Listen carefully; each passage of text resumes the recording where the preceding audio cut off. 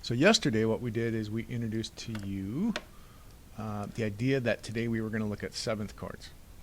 So seventh chords is pretty easy. All we have to do is to be able to find your root chord.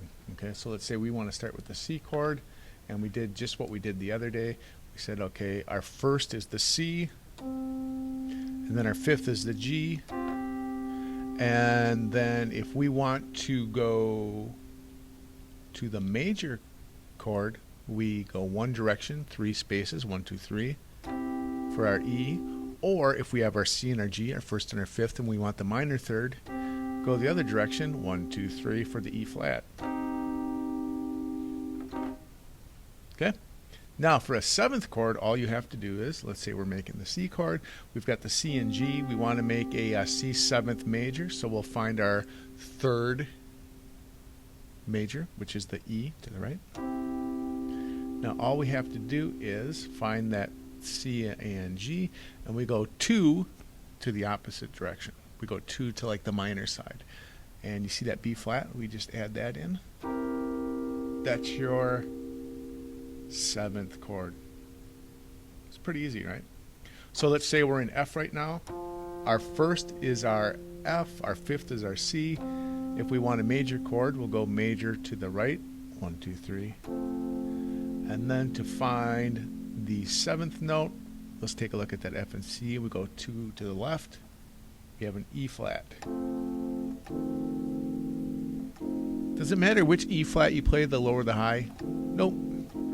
And that's the next thing we're going to get into are called chord inversions, because you can go either way. You can change these shapes of the chords any way you want as long as you're hitting the same notes. How does that sound? Let's try to do one more. Let's say we are in a G chord.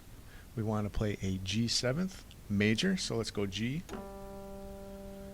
And then our fifth is the D. Smash those together. We look at 1, 2, 3. We have the B. Now look at that G, D. We go 2 in the minor direction. That means we have to add an F. Or we can add an F on top. That's all there is to it. So that's how we add a seventh. Tomorrow we're going to talk about chord inversions. Okay, so knowing how to make a seventh, before Corona Fest started, we were talking about introducing a songwriting project. And Brody said something to the effect of, well, I'm going to make mine in one chord. And there was a famous quote by Lou Reed, and he said, 1 chord is fine, 2 chords are pushing it, 3 chords, and you're getting into jazz. So Brody, you want to do 1 chord, that's awesome. As long as you are a fraction as cool as Aretha Franklin.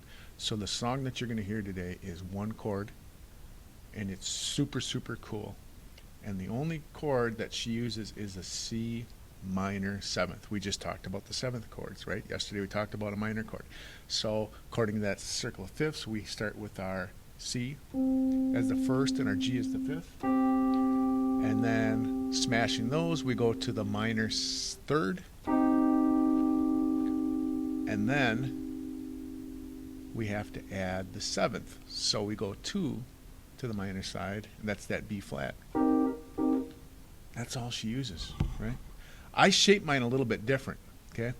So what I'll do is I'll try to get them all kind of in the same spot. You don't have to do this, but we're going to talk about that tomorrow when we talk about how you can make the same chord look different. Okay, we'll call those inversions. And you did some of those in class too. So that's what we're going to do. So you're going to hear the...